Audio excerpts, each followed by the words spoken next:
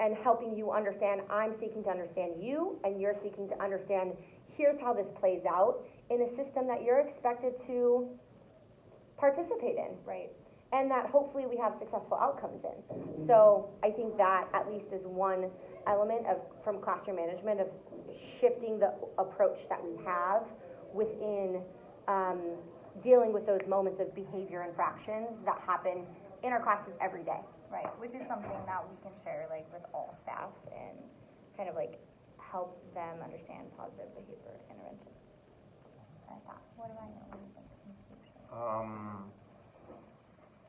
I have a colleague of mine, and she trains in restorative practices and how they work well with PBIS.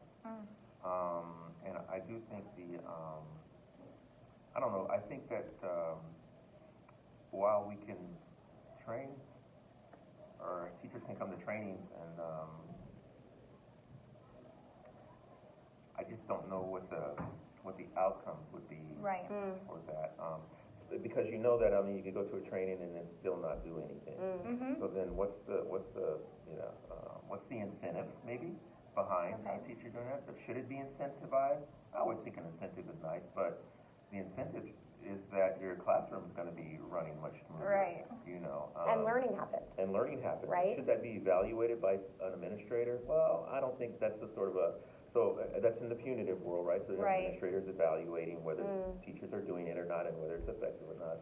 Whereas more to the restorative practices piece, where you're actually, if a teacher wants to engage with students on an individual level, or even on a group level, where the teacher feels somehow, I don't know how to get the teacher to feel like this is going to be beneficial for not only for your whole class, but for you and those students.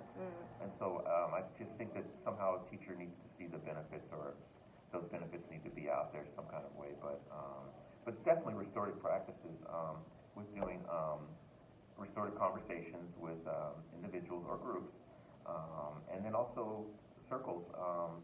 You know, and you know, the things that I get mostly from some teachers is that, and my push to the administration is that, are you supporting this in the classroom? And that means like, how does a teacher do this when they have this pacing guide and they're supposed to do all these other things?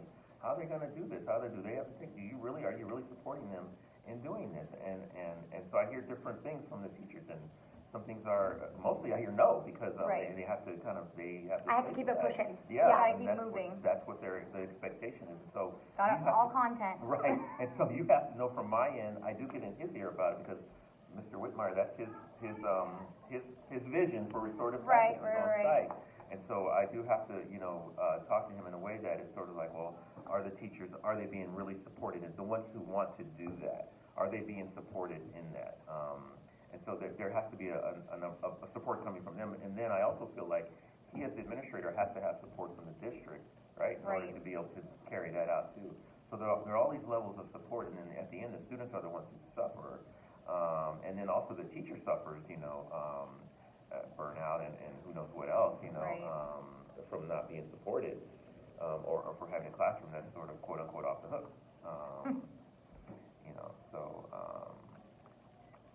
one thing I will mention is that even though restorative practices have an effect, what we don't see is that it's not referred by teachers. So teachers are sending referrals.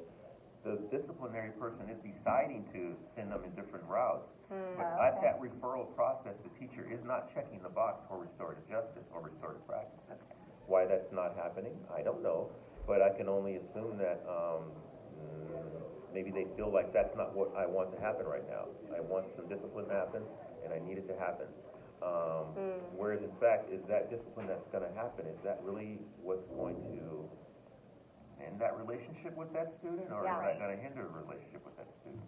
We take it into the community, right? People call the police, and they're like, oh, I got to call the police on this kid. Well, what happens if the police takes the kid out of the community, they go away, they do their time, and then they're placed right back in the community. Now how do you think they feel? Right. So is it something that the community could have handled? I don't know. But it certainly didn't help, but that fractures the community. So, you know, the education that we need around communities,